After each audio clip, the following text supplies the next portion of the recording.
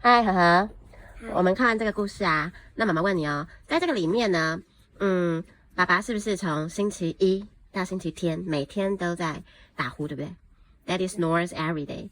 那 Can you name 7 days of the week? Sunday, Monday, Tuesday, Wednesday, Thursday, Friday, Saturday. Okay, that's the 7 days of the week, 对不对？那这个里面呢，在每一天里面呢，它都有写一个形容声音的字。我们来把这个字找出来看看，好不好？好，它这边说啊，Monday， 你看呢，Monday that is snore boom like a dinosaur's roar。那你觉得哪一个字像是在形容声音？声音像 boom， 对，很棒。那后面还有没有 ？The windows rattled, the walls trembled。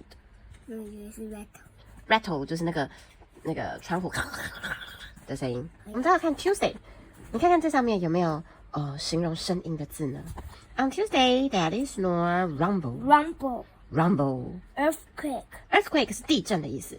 他这边说爸爸的那个 snore 啊，好像那个地震震动的声音。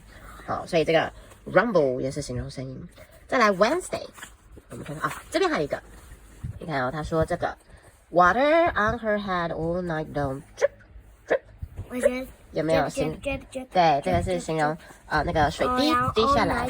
All night long 是说整个晚上，所以这个那不是形容声音，这个 drip drip drip 是形容水滴下来的声音。